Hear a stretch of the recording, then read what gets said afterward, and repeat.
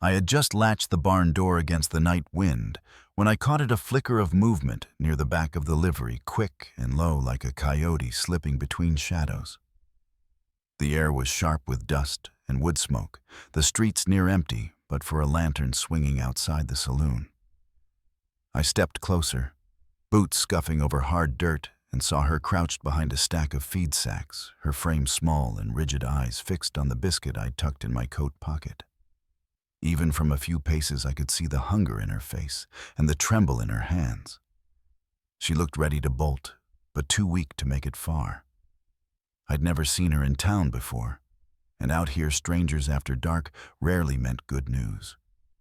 Before I tell you what happened next, let me know where you're listening from in the comments and tap like and subscribe if you've ever had to decide in a single moment whether to step forward or turn away.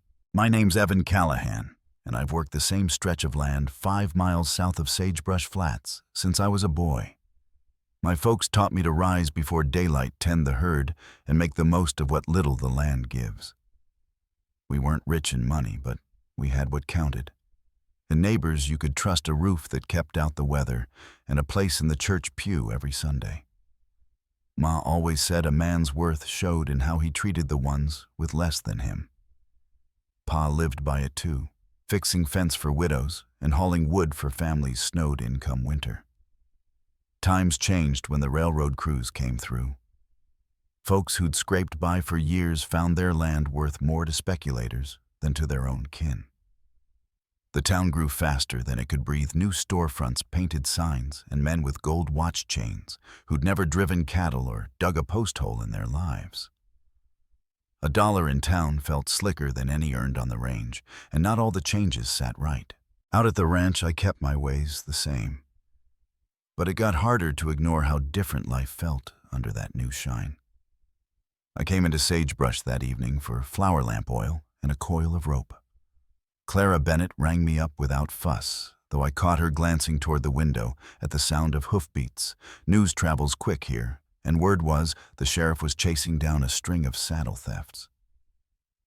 I stepped out into the cooling air, the sun a red smear over the horizon, and cut behind the livery to take the back road home. That's when I saw her. No hat, no coat clothes, torn and dusty, as if she'd been walking for days.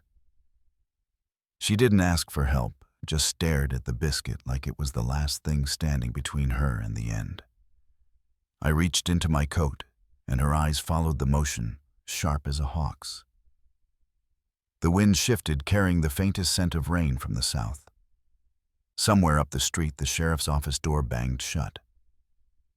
I glanced that way, then back to her. She hadn't moved, but her shoulders drew tighter, like she knew she was running out of places to hide. I stepped closer, biscuit in hand, and she flinched just enough to tell me she'd been through something bad. What I didn't know yet was whether trouble was chasing her, or if she was bringing it straight to my door. Clutching the biscuit, I took a slow step toward her. The lamplight spilling from the livery's rear window caught her face, gaunt and pale under a layer of trail dust. Her eyes darted toward the street as if weighing the risk of staying against the danger of running. I could hear the faint creak of the saloon sign in the wind, the muffled clink of glasses inside. She didn't speak, but her fingers twitched, and I knew she was close to dropping where she sat. I crouched, holding out the biscuit without touching her. She looked at it for a long moment before snatching it, tearing into it with small, sharp bites. I caught the scent of dry leather and sun-warmed cloth as if she'd been walking for miles without stopping. When the last crumb was gone, she sat back, eyes closing for just a second before opening again, fixed steady on me. "You have provided for me," she said, voice low, accented in a way I couldn't place. I asked her name, but she only said Zilara, as if that should be enough. She glanced toward the main street again. A lone rider passed by the sheriff's badge, catching a glint of light under the brim of his hat. His horse's hoofbeats faded toward the north end of town. Zilara's shoulders eased just slightly, though she didn't stand. She seemed to be measuring the space between herself and me, deciding if she could trust me with more than a stolen moment. I told her my name said I lived out past the South Ridge and that I could see she wasn't in any state to be sleeping out in the open. She hesitated, eyes narrowing. "Is it safe there?" she asked. I told her it was quiet country, and the only trouble was the kind that came from weather and worn fences. Her gaze searched mine, and after a beat she gave a small nod. We cut down a narrow lane behind the blacksmith shop, keeping to the darker edges. The night air was cool with the faint tang of rain somewhere far off. I walked ahead listening for any following steps, but the streets were near silent. At the hitching rail by the edge of town, my mare shifted, sensing us. I boosted Zalara up into the saddle. She was lighter than I expected, then swung up behind her. Her posture stayed stiff, but she didn't flinch when I took the reins. The trail to my place wound past mesquite stands and open stretches of hard-packed earth. The moon was thin, barely giving enough light to mark the turns. I kept the pace steady, listening to the soft creak of leather and the mare's even breathing. Zalara stayed silent until we crossed the shallow creek at the halfway mark. "Why help me?" she asked, voice just loud enough to hear over the water's trickle. I said the truth that my folks raised me to lend a hand when it was needed. She didn't answer, but I felt the tension in her shoulders ease a fraction. By the time we reached the cabin, the wind had picked up, carrying the smell of wet sage. I swung down, tied the mare, and helped her to the ground. The lantern by the door cast a warm circle of light on the porch. She stepped inside slowly, eyes scanning the room like she was marking every exit. The cabin was simple, a table and 2 chairs, a stove with a banked fire bed in the corner. I poured her a cup of water from the crock and set out what was left of my supper, a slice of bread, some beans, and a strip of jerky. She ate with the same sharp hunger as before, though more slowly this time, eyes lifting to mine between bites. When she finished, she folded her hands on the table and said, "Where I come from to give food is to bind lives together." I didn't know what to make of that, so I busied myself stoking the fire. She rose without asking and set her cup in the basin, movements neat and deliberate. I told her she could take the bed for the night, that I'd make do with a blanket by the fire. She looked at the bed, then at me, and said, "We will see." I wasn't sure what that meant, but I let it be. The storm broke not long after, rain pattering against the roof, wind rattling the shutters. She stood by the window for a time, watching the dark, then lay down without another word. I slept light, waking to every shift of the wind. Once, near midnight, I caught the faint sound of hoofbeats passing on the trail. Too far to tell whose they were, but steady, unhurried. By morning, the ground outside was damp, the air fresh with the scent of rain-soaked earth. She was already up, sitting at the table with a small piece of paper in her hand. She slipped it into her pocket when I entered. Over breakfast, she asked how far the next town was to the east. I told her it was 15 miles, a good half-day ride. She nodded, but didn't say why she wanted to know. I asked if someone was after her. Her eyes met mine, steady, unreadable. There are those who would keep me from going where I must. I didn't press, though the way she said it made me certain trouble wasn't far off. After she cleared her plate, she stepped outside, scanning the horizon.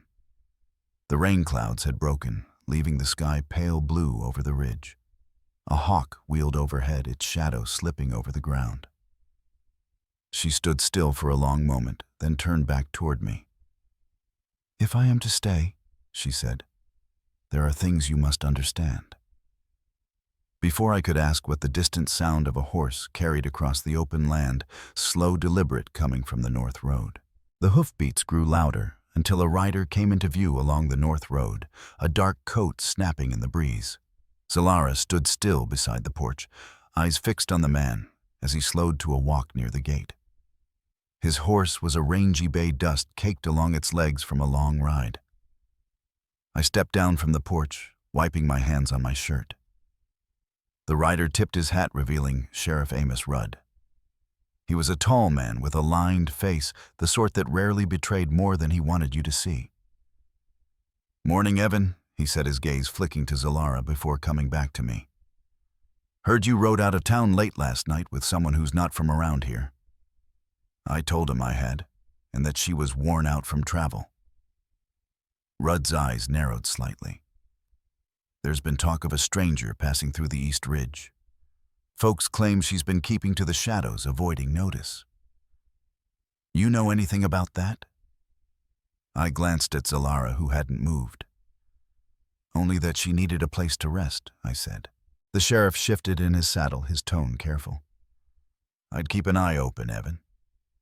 You've got a quiet spread out here, but quiet draws its own kind of trouble. He touched the brim of his hat again and turned the bay toward the trail, riding off at an easy pace. The sound of hoofbeats faded until only the wind in the sage remained. Zalara looked at me, then her voice even. He suspects me. I didn't answer right away, heading inside to refill the coffee pot. She followed, stepping lightly across the plank floor. There are those who will not stop until I am found, she said, standing near the table. If they reach me here, it will not be safe for you either. I set the pot on the stove, keeping my eyes on the firebox. Safe or not, you're here now. That's what matters. She watched me for a long moment, then pulled the small paper from her pocket and set it on the table. It was folded twice, edges worn soft. This is the reason they hunt me, she said. I opened it carefully. Inside was a map hand-drawn, but detailed, marking a route from the eastern hills to a point beyond the county line. A single symbol was inked at the end, one I didn't recognize. What's here? I asked. Zalara's gaze didn't waver. A place my people left behind. It is not meant for others to find. The room was quiet, save for the faint tick of the stove. Outside, a hawk cried over the ridge. I folded the paper and handed it back to her. Then we keep it between us, I said. She slipped it away, her expression unreadable. The next 2 days passed without a sign of riders or strangers on the trail. Zalara kept to the cabin and the yard moving with a kind of silent purpose. She drew water from the well without spilling a drop, patched a tear in her skirt with thread from my mending box, and sat by the fire in the evenings, eyes following the flames. On the third morning, I rode into town for supplies. Clara Bennett greeted me with her usual brisk nod from behind the counter. As she tallied my order, she leaned in slightly. Sheriff's been asking more questions about that woman you brought back. Folks are curious, Evan. You know how that goes. I told her I wasn't looking for talk, just coffee, flour, and salt pork. She slid the goods across the counter, but her eyes stayed sharp on mine. Curiosity can turn quick in a place like this. Best be careful who you let close. I nodded, paid, and left without lingering. By the time I reached the cabin again, the sun was dropping low, painting the land in long shadows. Zalara was out by the fence, watching a small band of pronghorn grazing beyond the creek. She turned as I rode in, her gaze catching on the bulging saddlebag. Over supper, I told her the sheriff was still asking about her. She listened without interrupting, then set her cup down. If they come, I cannot run, she said plainly. My strength has not yet returned. I asked what she'd do if I wasn't here. She looked toward the window, the fading light soft against her face. Find a place to hide until the danger passed, she said.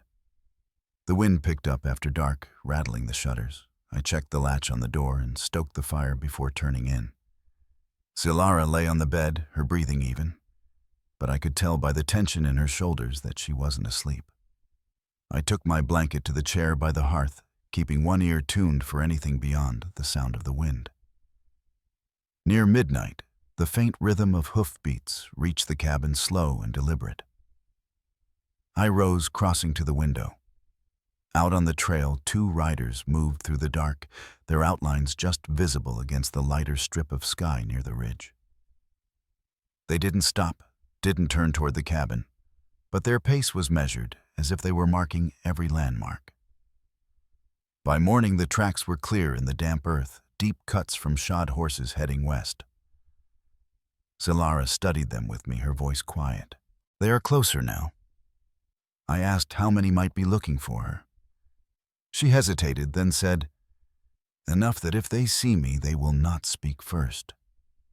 I glanced toward the open land beyond the creek, thinking of the map she carried. Whatever was marked there had drawn her a long way from where she started. If these riders kept on, it wouldn't be long before the quiet around the cabin was gone. Late that afternoon, as clouds gathered low over the ridge, a figure appeared on the north trail. Not the sheriff this time, but a man in a long coat, his hat pulled low. He rode straight for the gate without hesitation. The rider's arrival brought a hush over the cabin. He dismounted slowly, boots stirring up dust on the porch boards. I stepped forward to meet him, eyes narrowing beneath the brim of my hat. The man was tall, broad-shouldered, with a worn coat and a serious set to his jaw. He tipped his hat back to reveal a clean-shaven face lined by years on the trail. "Name's Tom Harding," he said, voice steady but low. "I come with a message." Zilara stayed quiet in the corner, watching him with those sharp eyes. I nodded toward the chair near the stove. "Sit a spell." Tom eased down, folding his hands over his knees. "Word's been riding hard through Sagebrush Flats," he began. "There's talk of a man looking for a woman matching your description, Evan. Not a man to take kindly to strangers." I glanced at Zilara. Her gaze didn't waver. "What kind of man?" I asked. Tom's eyes darkened. "Name's Clayton Marsh. Came up from Tucson searching for someone he claims took what was his." He spat on the floor, sharp and angry. "Claims she's run off with his money and his name." Zilara's fingers tightened in her lap. "He will not stop," she said softly. "He brings those who carry more than rifles." The weight of her words settled in the room. The wind rattled the shutters, as if agreeing. I leaned forward. "We need to be ready then." Tom nodded. "Marsh don't care who stands in his way." I could feel the room grow smaller, the shadows thicker. Zilara met my eyes, steady as ever. "I will not be taken again." That night the fire burned lower than usual. I kept watch by the window boots by the door. Zilara sat beside me, the faint scent of sage clinging to her clothes. We spoke little, the silence between us filled with unspoken resolve. The land outside held its breath beneath a cloak of stars. The next day, I rode into town for supplies and news. The faces in the mercantile were tight with worry. Clara Bennett whispered of Marsh's arrival, how he'd been seen gathering a rough lot of men outside the general store. The circuit judge was due in a week, and folks hoped he'd bring order before things spilled over. Back at the cabin, Zilara began preparing the garden patch behind the house. Her movements were methodical, deliberate, as if planting roots where none should grow. I watched her work the soil hands, steady, despite the weight pressing on us both. The horizon was a wash of gray, promising rain, but holding back its mercy. Late afternoon brought a distant thunder rumbling low over the hills. The first drops fell heavy cold against sunburned skin. We moved inside, securing windows and stacking wood by the hearth. The storm's fury matched the storm gathering beyond the valley, a reckoning fast approaching, one we couldn't turn away from. As dusk settled, a knock came at the door. The sound was firm, deliberate. I opened it to find a rider cloaked in wet eyes, wary beneath a sodden hat. He spoke my name with a quiet urgency, handing over a folded note sealed with the circuit judge's mark. The letter spoke of a hearing, a chance to lay claim to face Marsh and the accusations brought against Zilara. The date was set for the following morning in Sagebrush Flats, where the courthouse steps would bear witness to more than just words. We shared a look, a silent understanding passing between us. Whatever the outcome, the path forward was set. The fight for justice, for truth, was coming fast with the dawn. The morning of the hearing broke with a pale sky and a cold wind moving through the grass. Zilara stood ready before the stove, her shawl pulled tight around her shoulders. We saddled the mare in silence, the only sound the creak of leather and the clink of iron bits. By the time we reached the edge of Sagebrush Flats, the sun was just touching the false fronts of the buildings. Folks were already gathering near the courthouse steps, their voices low, eyes following us as we dismounted. Sheriff Rudd was there, posted by the door, his expression unreadable. "Judges inside," he said, holding the door for us. The air inside was warmer, smelling of pine boards and lamp oil. Tom Harding was seated near the front, hat in his hands. He gave a short nod as we passed. At the far end of the room, Circuit Judge Malvern, a gray-haired man with a measured way of speaking, looked over the papers before him. To his left sat Clayton Marsh, just as Tom had described, broad across the chest, with a trimmed beard and a look that settled hard on Zalara. Beside him were two men dressed in trail coats, their eyes sharp and restless. The judge cleared his throat. "We are here to hear the claims of Clayton Marsh against the woman known as Zalara Hollis. Mr. Marsh, you may speak." Marsh rose the floorboards, groaning under his boots. He claimed Zalara had been in his employ, that she'd taken a sum of money and fled without cause. His voice carried the practiced weight of a man used to getting his way. When it was Zalara's turn, she stepped forward without hesitation. "I was never his," she said plainly. "He held me where I could not leave, using threats and lies. The money he speaks of is not his. It was mine before he took it." Her words were steady, each one landing in the quiet room. The judge asked questions slow and deliberate. Zalara spoke of the place she had come from, the work she had done, and how Marsh had sought to keep her from leaving. Tom was called to speak next, giving his account of finding her in the hills and bringing word to me. His testimony was clear without embellishment. Marsh's men shifted in their chairs, but the judge's gaze kept them still. "We will recess until the afternoon," Malvern said at last. "I will consider the statements and the evidence provided." He struck the gavel, the sharp sound breaking the stillness. Outside, the wind had picked up, carrying grit along the street. Zalara walked beside me toward the livery, her eyes on the far ridge. "He will not accept the judge's word if it goes against him," she said. I knew she was right. We spent the hours until the session resumed at Clara Bennett's store. She kept the back room quiet for us, setting out bread and coffee without asking for coin.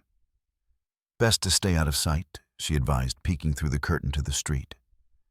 Marsh and his men passed by more than once, their boots heavy on the boardwalk. When the hearing reconvened, the judge wasted little time. "The claim of Clayton Marsh is dismissed," he said, voice firm.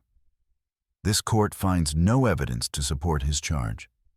Zalara Hollis is free to go where she chooses." The room stirred, but Marsh didn't move at first. Then he stood slow and deliberate, his eyes fixed on her. "This isn't done," he said under his breath, just loud enough for us to hear. We left the courthouse without looking back, the sound of his boots following for a few steps before fading. Tom met us at the livery, his jaw tight. "He's not leaving town," he said quietly. The air carried a weight to it, the kind that comes before a storm.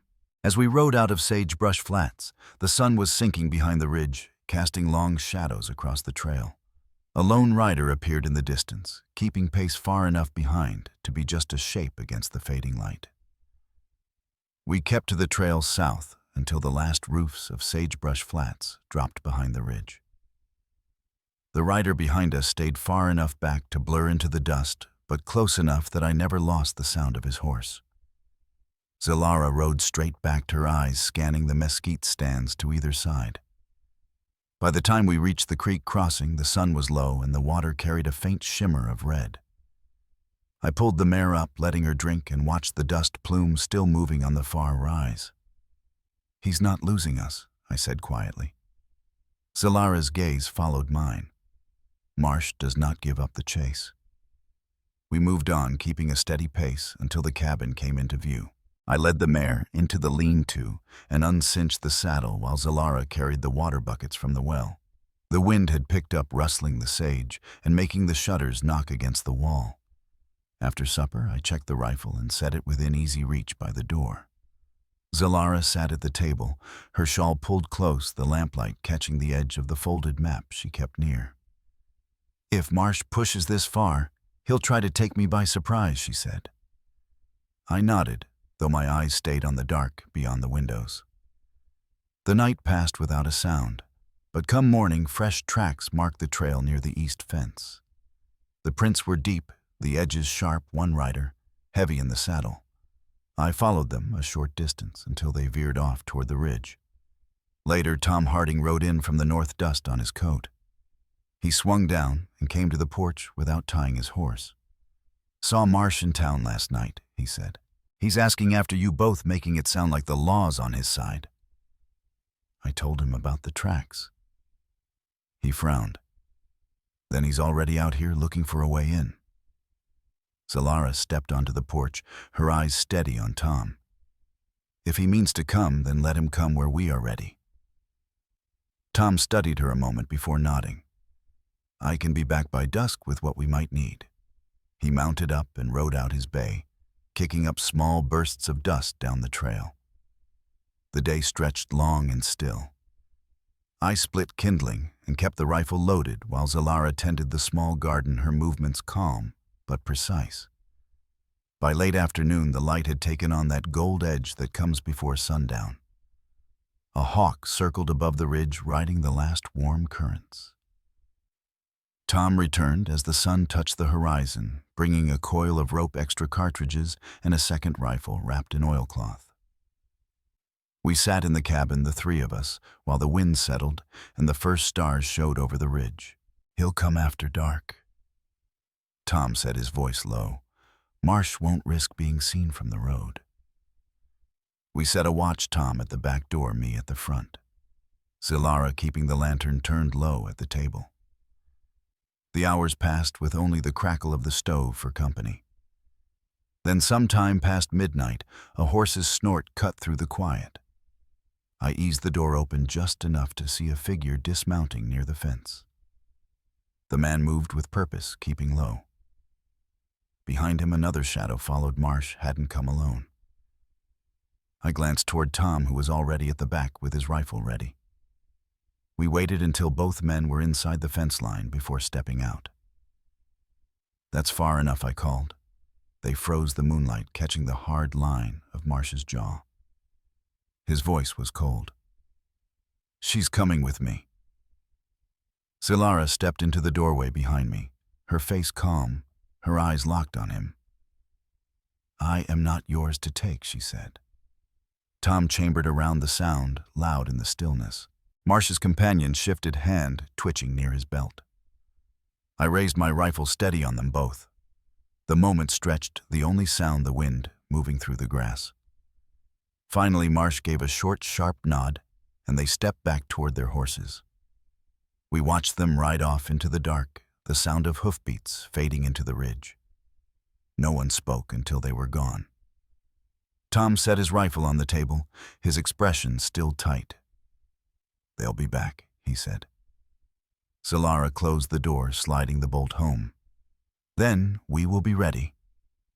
Outside, the night settled again, but the air held the weight of what was coming. Somewhere beyond the ridge, Marsh was making his next move, and the time for waiting was nearly over. The morning after Marsh's midnight visit, the air was heavy with the smell of rain that never quite came. Tom was already at the fence line, scanning the trail beyond the ridge. Zalara stood on the porch, her shawl draped loosely, watching him work. I stepped out with coffee for all three of us. "We need to decide our next move," Tom said, taking his cup. "If Marsh comes back, it won't be with two men this time." Zalara's voice was calm, almost measured. "He will bring enough to corner us. He believes force will undo what the law denied him." She looked toward the open country, her gaze steady. "But there are places on this land where the ground favors those who know it." I understood then what she meant. If we were to stand against him, it had to be on ground of our choosing. We spent the rest of the day setting our plan. Tom rode into town for supplies while Zalara and I worked along the south pasture. We checked the narrow cut where the trail pinched between two rock faces, the kind of place where riders would have to pass single file. The ground there was dry and hard, but the surrounding brush was thick enough to hide a man with a rifle.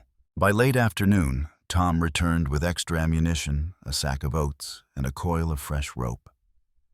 He also brought word from Clara Bennett Marsh, had been seen leaving Sagebrush Flats before dawn with 4 riders, all of them carrying rifles. "They're circling wide," Tom said, "trying to come in from the south." That gave us hours, maybe less. We made ready in silence. Zalara gathered the few belongings she would not leave behind, the folded map, her shawl, and a small carved piece of wood she kept in her pocket.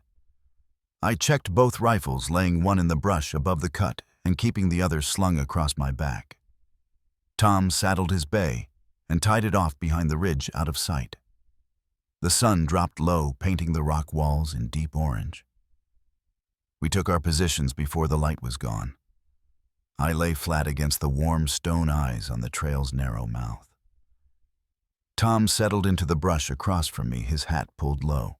Zalara stayed just inside the cut, her back to the wall, watching both directions.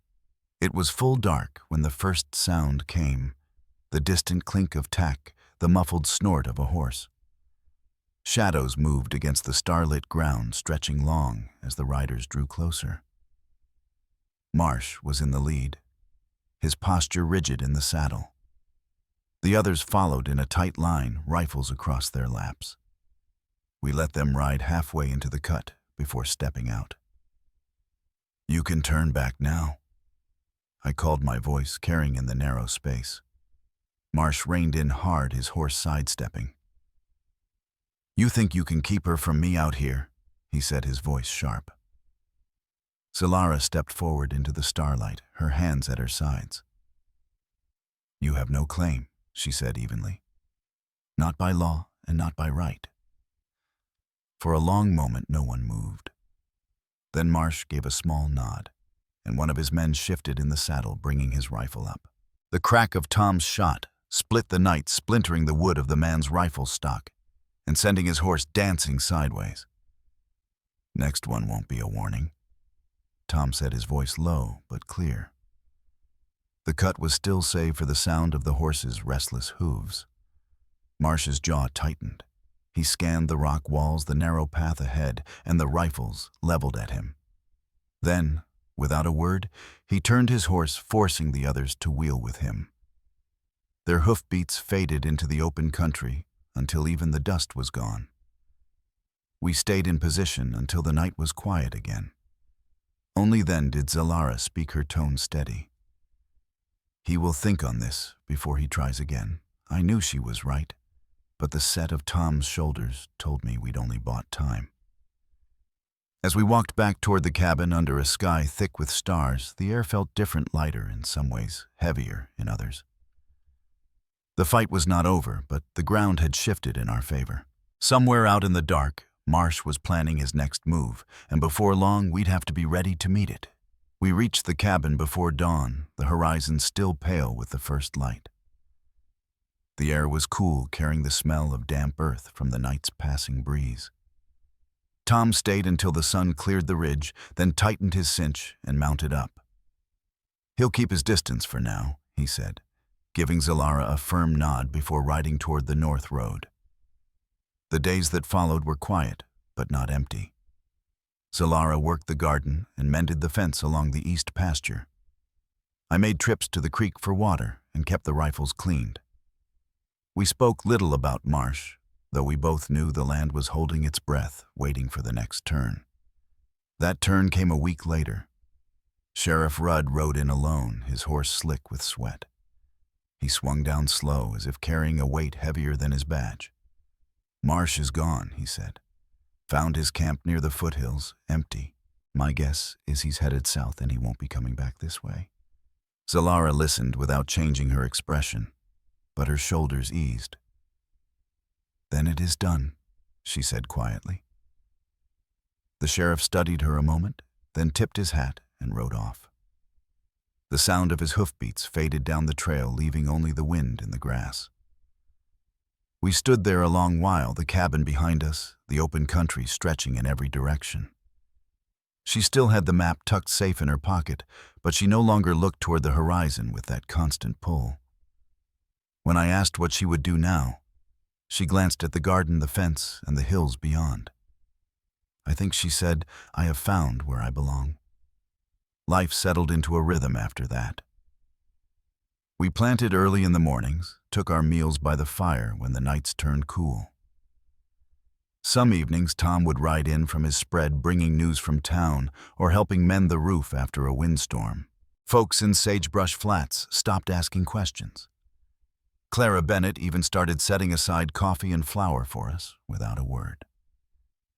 Looking back, I can't say the land got any softer or the work any lighter. But it felt different knowing the person beside me had chosen to stay, not because she had nowhere else to go, but because she saw something worth standing for here. Out on the frontier, justice doesn't always ride in wearing a badge. Sometimes it's just two people holding their ground until the trouble gives way. If you've ever found a place or a person worth that kind of stand, you'll know it changes the way you see the road ahead.